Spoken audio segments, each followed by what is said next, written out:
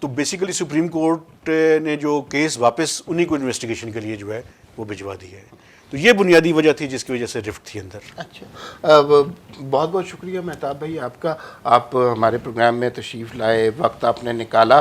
میں جو چند باتیں ان کی گفتگو سے سمجھ سکا ہوں کہ اگر آپ بیوروکریٹس کو سیاسی انتقام کا ذریعہ بنائیں گے تو اس سے اکانومی گرو نہیں کرے گی، بزنس ایکٹیویٹی نہیں بڑھے گی. دوسری بات یہ ہے کہ اگر صوبے اپنے اختیارات بلدیاتی حکومتوں کو ٹرانسفر نہیں کریں گے تو 18ویں ترمیم اتنی مفید نہیں ہوگی. جی، اور آخری بات جو مجھے یہاں پہ سمجھ آئی ہے کہ ہم اپنے اخراجات کم کرنے سے زیادہ اگر آمدنی بڑھانے پر کام کریں گے تو اس کے نتائج معیشت کے لیے بہتر ہوں گے.